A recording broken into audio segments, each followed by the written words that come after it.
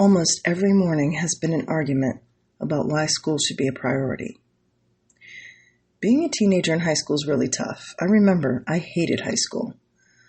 And Genesis and I have been having this argument almost every single day this week about why she should be able to stay home from school. And this week, I had to throw down the whole, I'm going to ground you if you don't get your behind up and get your butt to school moment. After she missed the bus and I was driving her to school, a discussion came up. See, we were supposed to decorate for Christmas after school the day before. This is something she's been putting off for days to hang out with her friends. I told her that I was going to start decorating at lunchtime during my break while she was at school. And she looked at me with that 15-year-old instantly transforming into the 4-year-old version of Genesis look and said, "You mean you would start without me?" The look on her face said it all, and instantly, mom guilt started seeping in. For every mom or dad out there who's feeling the weight of the season like a stack of 45-pound plate weights on your back, this episode on parenting guilt is for you. Welcome to episode 24 of Making Mel Health in the Hustle. This podcast is a place where motherhood meets muscle, ambition meets exhaustion, and figuring out how to prioritize my health journey into the insanely beautiful chaos of a busy life is what I talk about. Some days it's going to look messy, and other days flawless. But no matter what kind of day I'm having, I can assure you, I'll tell the truth and do my best to give you some good ideas and insight to help you prioritize your own journey. See, balance is not an easy thing with all the things I juggle. Between training, school, work, and just making sure the laundry gets done and healthy meals are cooked, my plate is really full. And needless to say, my Christmas tree is still not up, and the decorating is not done. That Genesis face. I haven't even mentioned the fact that I had already gotten up at 2:30 in the morning on Sunday morning to make sure that my paper that was due that night was done early and turned in so we could get decorating done on Sunday afternoon. And then Genesis took off with her friends and said, "Let's do it tomorrow." See, when children are younger, they're so fun. Okay, I realize diapers, bottles, they're a lot of work, but everything is an adventure. They learn so much in those early years, and those milestones are so fun. As they get a little older, friends enter the picture, but parents are still important, more or less. As kids really become older and they move into the teen years, they begin to move away from us. It's totally natural, but it can be really painful. And when you juggle all the things that I'm juggling, it can be really hard to maintain that mom composure and just guide her rather than pull rank and tell her what to do while she's trying to find her way. Prioritizing my health can take even more away, especially this time of year when all the things are happening and all the demands are pressing down on us as parents. Meanwhile, the healthy meals still need to be cooked and prepped. My workouts still need to happen. Work is definitely still working. Housework needs to be done, and school is busy schooling. And now I'm fighting over spending time decorating for Christmas with my daughter.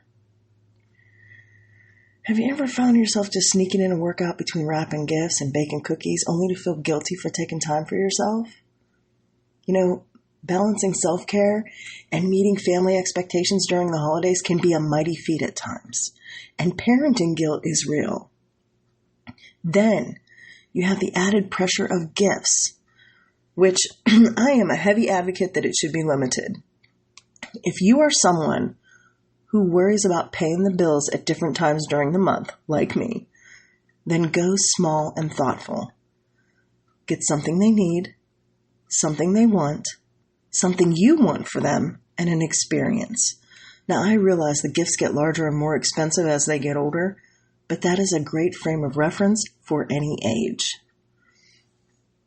Mom guilt or parenting guilt is that nagging feeling that parents experience when they believe they're falling short, especially when it comes to balancing your own needs with those of your family. During the holiday, this guilt intensifies. There's no way around it. Because this season is loaded with all of these crazy expectations, the magical traditions, the homemade treats, the perfectly wrapped gifts, and all the endless events. I heard one of my peers say this week that Christmas isn't just one day, it's a whole month. And it's easy to feel like you're letting somebody down. If you miss one tradition or one event, or you buy the store-bought cookies instead of making your own, or even when you say no to another holiday gathering. But here's the truth. Those feelings are normal, and they don't mean you're a bad parent or a bad person. The holidays can amplify the pressure to be everything to everyone. But it's important to remember that your well-being matters first. Guilt only comes from deeply caring about your family and wanting to create special memories. However, it's good to set boundaries and make choices that honor your health and happiness. Prioritizing your own needs, like a quiet workout or just some quiet time, over having yet another holiday activity, is perfectly acceptable behavior. Mel said so. If you can't give yourself permission, let me give you permission to let go and say no. That may help to start to ease the guilt so you can focus in on what truly matters: connection, joy, and modeling self-care for your family. Let's talk about why prioritizing your health or your health hustle isn't just a nice-to-have thing, but it's a true necessity, especially during the holiday whirlwind. First, maintaining your health gives you the energy and resilience to keep going. The holidays can be completely exhausting. You have endless to-do lists, late nights, emotional ups and downs, and if you are running on empty, it is nearly impossible to show up for your family, your work, or even yourself. As the saying goes, you can't pour from an empty cup. When you take care of your body and mind, you're equipped to handle the chaos and actually enjoy the season better. Secondly, just like everything else, there's a ripple effect. When you model self-care, you are teaching your children and your family that their well-being matters too. If they see you taking time for a walk, or choosing nourishing foods, or setting boundaries around your need to rest, then that gives them permission to do the same. Your health journey isn't selfish. It's a powerful lesson in self-respect and balance. And that's a lesson that you want your children to get while they're young, not when they get older. Finally, prioritizing your health helps you push through the hard stuff, whether it's a stressful family gathering, a last-minute school event that they told you about the night before, or just the daily grind. Being fueled and active gives you the stamina to meet the challenges that you need to meet head on. It's not about perfection. It's about having the strength and the clarity to be present for the moments that matter most. So, the health hustle isn't just another thing on your list. It's the foundation that supports everything else. By caring for yourself, you're not taking away from your family. You're giving them the best version of you. Coach Val always says, you right after me. And we need to keep that at the forefront during this season. So, for me, the holidays feel like a pressure cooker. There's extra emotional load that comes with this season, often one that's invisible, but it's deeply felt. Suddenly, you're not just managing all the usual work, school, and home routines, but juggling the school parties, the family gatherings, the friend gatherings, and the expectation to create the perfect holiday. As you get older, you realize a lot of that falls on mom. It's just the way that life is.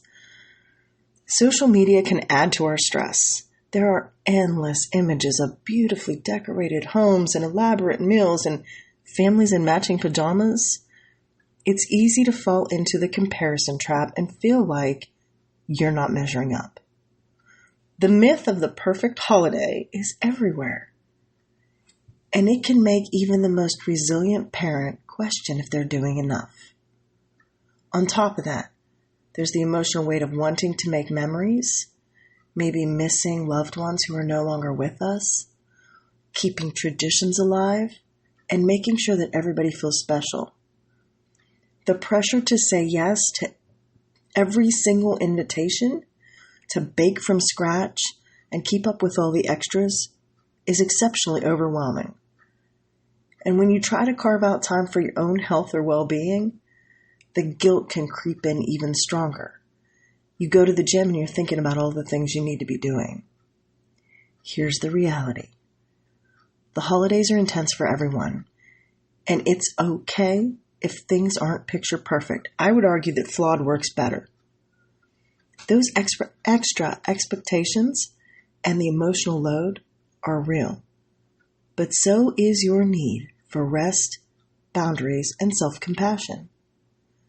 By acknowledging that pressure you're feeling, you can start to let go of perfection and focus on what truly matters: connection, joy, and being present with your family. You know, Genesis has missed the bus about 6 times over the last month, and I am trying to meet friends at the gym on Tuesday and Thursday morning at 7 to get a workout in before my day starts.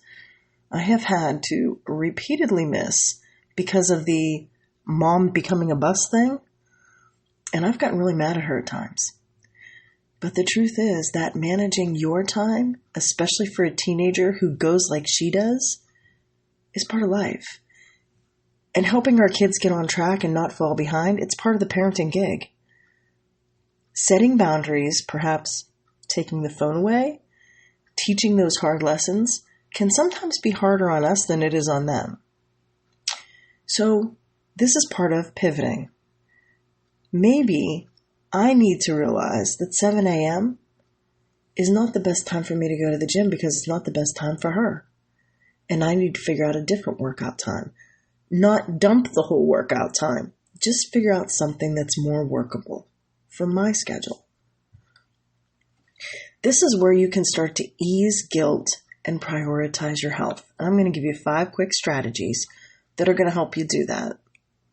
First of all, you need to be able to set boundaries and say no without guilt.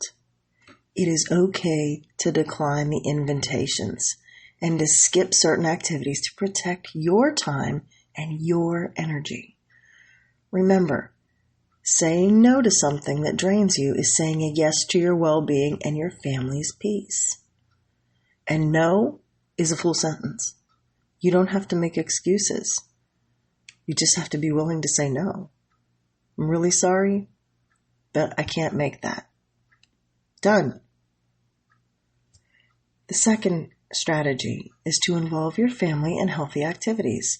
Turn your self-care into family care by inviting your kids or partner to join you for a walk, maybe a healthy meal prep session, or even a fun workout. This not only models good habits, but it also creates shared memories. You know, this weekend, provided I get this darn paper done, I'm planning to take Genesis over to the Botanical Gardens. Now, I live in South Florida, so it's a little different for us having Christmas. But the Botanical Gardens lights up and puts lights on everything, all their trees, all their displays. And it's like this beautiful winter wonderland without the snow and with the 70 degrees that you can walk through and enjoy. But it gets us a walking workout, and we get to enjoy the season and build some memories. That's a way to involve your family in healthy activities. The third strategy is to let go of perfection. Good enough is great. Let go of that pressure to do everything perfectly. Go to Publix and buy the store-bought cookies. Get the simple decorations. If you skip an event, guess what? It's not going to ruin the holidays. You're probably going to be missed, but it's not going to ruin things.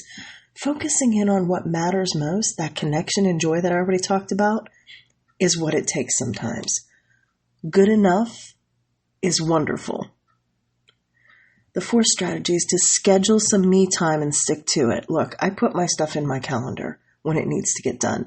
Block stuff out. Shut the phone off. It's not going to kill anybody if they can't reach you for an hour. Just shut down the ringer for 1 hour. Just like you would any important appointment. If you have a meeting at work, you turn off all the things. Schedule a meeting with yourself. Whether it's a workout, a quiet cup of coffee or tea, or a few minutes of meditation. Honor your own time as non-negotiable. Put it on the schedule and shut all the things off.